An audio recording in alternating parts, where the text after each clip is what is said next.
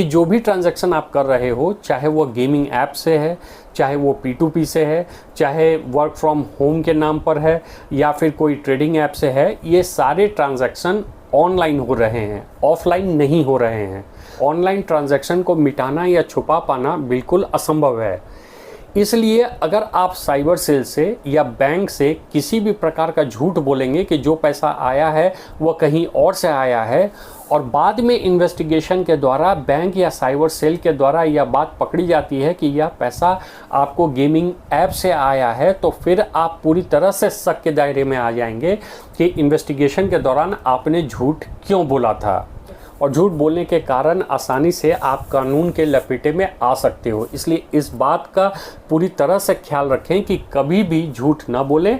अगर gaming app से पैसा आया है तो आप आराम से बता दें कि गेमिंग ऐप के द्वारा आपने यह पैसा कमाया है, जैसे विड्रॉ करके आपने बैंक अकाउंट में लिया था, जिस कारण से आपका बैंक अकाउंट फ्रीज हुआ है। अभी तक मैंने कोई ऐसा केस नहीं देखा है जहां गेम खेलने के लिए किसी को प्रोसिक्यूट किया गया हो। मैं बार बार इस बात को कहता हूं कि प्रॉब्लम गेमिंग ऐप नहीं है, प्रॉब्लम है उस गेमिंग ऐप के द्वारा आने वाला फ्रॉड अमाउंट जो जीते हुए रकम के रूप में आप अपने बैंक अकाउंट में विड्रॉ करते हो। प्रॉब्लम उस फ्रॉड अमाउंट से है, न कि गेमिंग ऐप से। इसलिए इन्वेस्टिगेटिंग एजेंसी बैंक के सामने बिल्कुल झूठ ना बोले और उन्हें सच सच बता दें कि गेमिंग ऐप से पैसा आपके बैंक अकाउंट में आया है।